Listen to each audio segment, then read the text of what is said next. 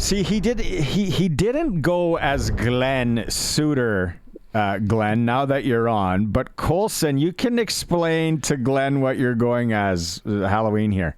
So now that you can see me, I'm dressed up as a Vancouverite going to the Calgary Stampede. Because you got to fit in. But this is way too much matching for any true actual Calgarian. So, and then he went with I could be a Glen Suitor, I guess, but I didn't shave. And I'm like, well, Glenn had that problem a few months ago. And then you'll never guess mine. We still have a contest going. So if you can get mine, Glenn, but I'm kind of popping up here. I did win cheesy costume of the... I see Pete Rose. I see a lot of that. I see... okay, end it there, because there's still some people guessing for the football. But you're correct. Aren't on the radio. Okay. Yeah, it's on. It's on. And by the way, Colson could just add a whistle to that hat. It would be outstanding. That would. Yes. And you know, the only reason when I do go to like Stampede that my hat is slightly different and not coordinated is because my son went to school in Nashville, so I got my cowboy hats from there. Oh yeah, there we go. Right from the place where it all happens. What a game we're getting geared up for here. Saturday, Glenn, BC Lions coming in. Are you working this one? Yes, I will be doing the West. Yeah.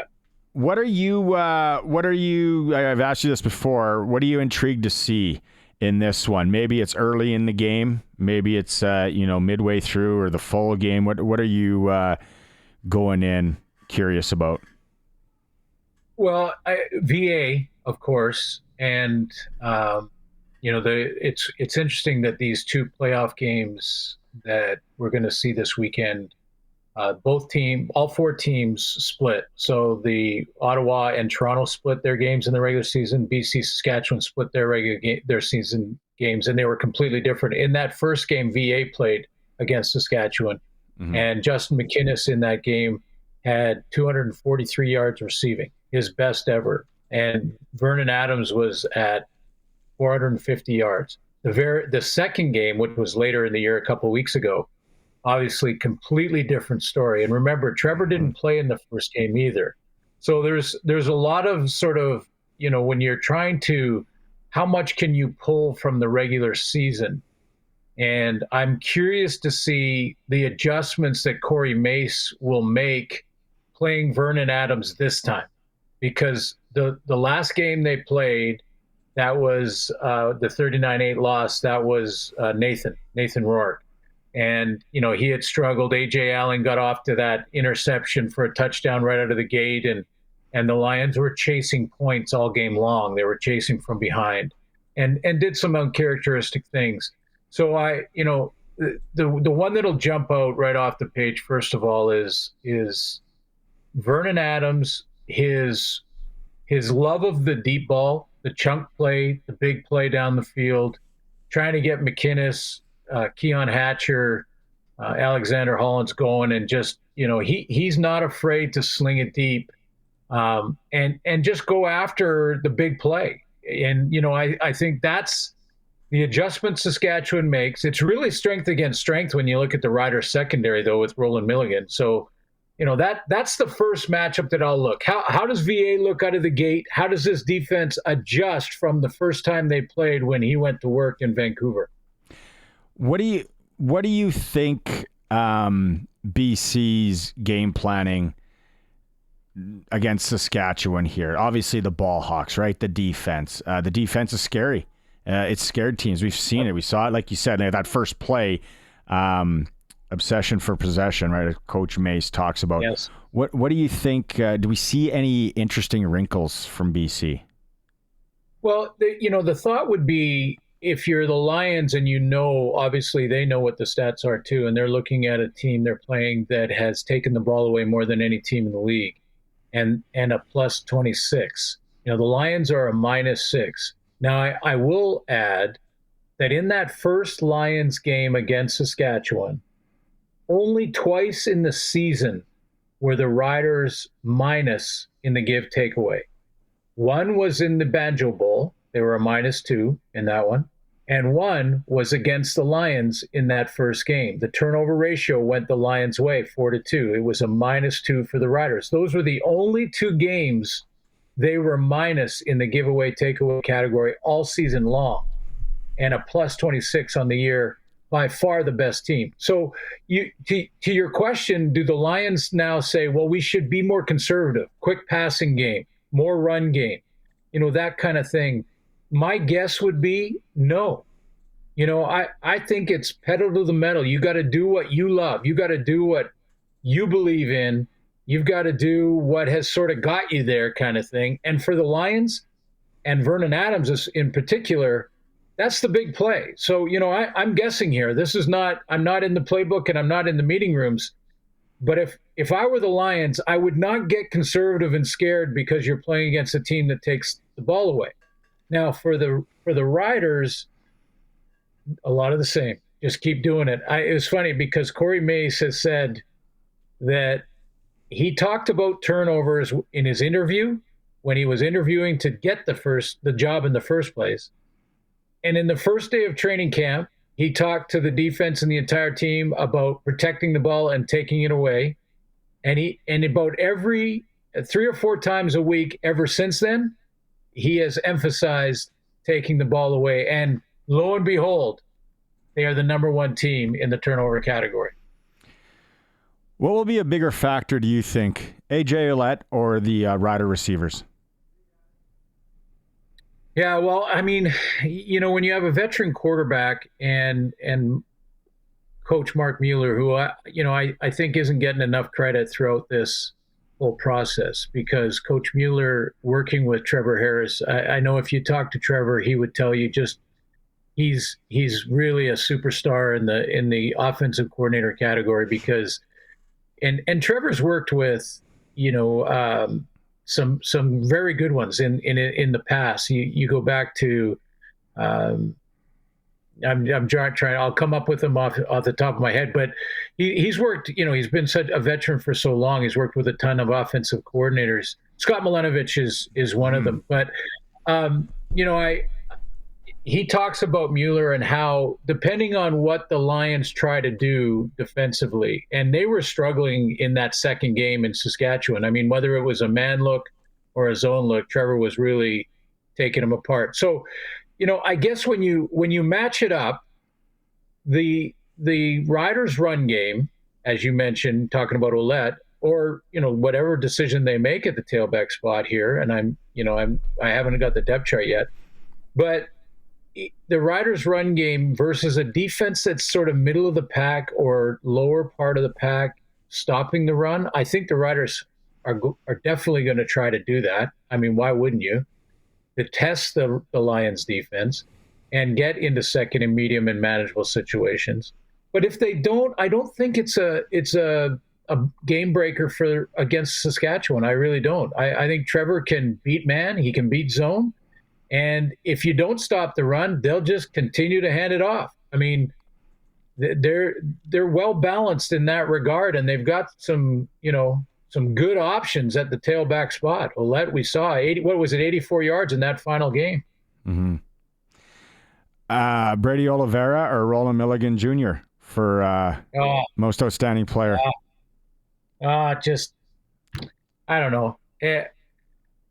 I don't cheer for teams, as you know, and I'm trying not to give predictions.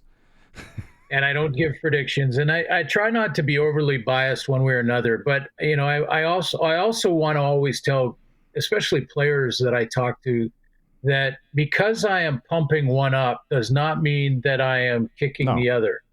And so I just felt like the season that Rolan had, if he didn't get the nod, then what does a defensive back have to do to get the nod as an MOP? I know the flash and I know the numbers are attractive and the running backs and the guys who score touchdowns and the passing yards and everything. And I don't want to take anything away. In fact, my wife said, hey, I like Brady Oliveira. He saves puppies in the off season in Winnipeg. So because he saves puppies, I guess I should I should be okay with Brady Oliveira, being the nod. But I feel for Rolan, man. I thought this was the year that a DB and not a linebacker. The last time this happened, Solomon Elamimian played linebacker. You're next to the line of scrimmage and you can make 100 tackles from there. But it's hard to do that from the halfback spot.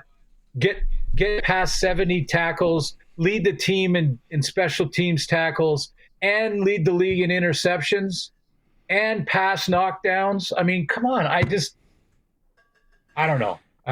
You should have told her that Roland Milligan Jr. Saves puppies and kittens. And see what she said. He volunteers at the SPCA. Coach Mace, right? How deserving? West Division Coach of the Year, first year. There was no surprise there for me. Not at all for me either. And and I think, it's unfair because I get more of a one-on-one situation with him when we get to talk on a weekly basis when I'm covering the team. So I know what all the boxes he has checked as far as in-game management, personnel, handling adversity, how he deals with discipline. Just so many boxes that you kind of look through and say, well, he's a good guy, he's a player's coach, but his in-game management struggles and that. Not this guy. He's checked all the boxes, top to bottom. He's up against Jason Moss, which is an interesting one because the Riders faced more adversity this year and had to come back from it. And I think that bodes well for the voting for a coach of the year and these two finalists. But it's one thing to go from not being a playoff team to being a playoff team, and that turnaround, that's one thing. It's another to keep a team on top. When you're the number one team in the league, that's difficult for a coach to maintain the standard because you're the number one target of every other team in the league every single week. They want to knock off the big dog on the porch. And that's what Montreal's been, and they were able to do it again this year and back up last season. And then Logan Ferland, most outstanding offensive lineman. Offensive line is not the sexiest of positions, right? Like they don't get talked about a lot. This year in Saskatchewan they did because it was like a revolving door. And it's like, hey, who wants to play offensive line? Me. Okay, well, you got to go in there. He plays every position except for left guard this season. Plays in all 18 regular season games. Local guy, ties to Regina. Super, deserving there as well, Glenn. Yeah, in the past, well, first of all, let me add this perspective. If a player goes from right guard to left guard, okay, same position, just opposite side, it would be kind of like if you were right-handed and decided one day you're changing and becoming left-handed. Now think about how difficult that would be in your day-to-day life. Mm-hmm. Because that seems like an easy change, but it really is not. I mean, you're taking all the footwork and all the handwork that you do on one side of the offensive line, and you're changing which strikes first, where your feet line up, how they do that, how you get into your pass pro mode, all of that. It's really difficult to switch sides, let alone switch position. And he has played every position on the O-line, all but one this year. But in his career, he's played every position. So there's versatility there. And I've talked to his teammates about him too. And here's a guy that people may not know. He sits into the quarterback meetings sometimes. Now, there's a guy who, I don't know many offensive linemen that want to know the schemes and the protections and the game plan from the quarterback's perspective. He will sit in quarterback meetings. I mean, nothing but respect for a guy who takes his craft that seriously and is doing all the homework. Love it. What an interesting, going away from the Riders and from the game, we had Arash Madani on at 4:00. I didn't quite know the depth, but Chris Morris, new president and CEO in Edmonton, what a journey to get to where he is. Like education degree, teacher, principal, U of A, all that, and now, the top dog in Edmonton. I don't know. Do you know a lot about him? What do you know about him? And just your comments on the journey for him to get there. Yeah, I know more of the sort of the player end and the player side, and know that another guy who did his homework as a player. I think the job of executive, the job of commissioner that they will be looking for, there's always sort of two roads you can take, and I think for a long time a lot of the decision makers have been taking the road that is business first, accounting first, revenues, bottom lines, guys that are former CEOs of businesses that, know how to run a boardroom or a meeting. And they've gone away from guys who know the league, guys who know the game. And I say guys, I mean guys and girls. It could be either. But, it's people that they've gone away from, that know the game inside and out, and then therefore will know throughout the rest of their lives, like either teaching or whatever you did outside of football. Then they take what they've learned from the game and they apply it to their lives outside of the game. So there's that leadership, that commitment, the ultimate team sport, that you have to be unselfish, all of those things that you learn. But these guys that take over the executive positions, that know the game of football and also know the league, they know better than anybody what sells in the league. They know how to promote it. What makes it great? Why is it the number one most exciting sport in the world? Is because of X, Y, and Z. They know that. An accountant that comes in out of the boardroom doesn't necessarily know that. And to be honest, I like the hire. I think you can hire a businessman that can be your advisor in that role. But if you know the game and you know what the game, how to sell the game, that to me is most important. All right. Well, we'll probably see you here on Saturday. Weather's not supposed to be that bad. Should be a great night for football. And, of course, us here in Rider Nation, we're crossing our fingers. Travel safe, Glenn.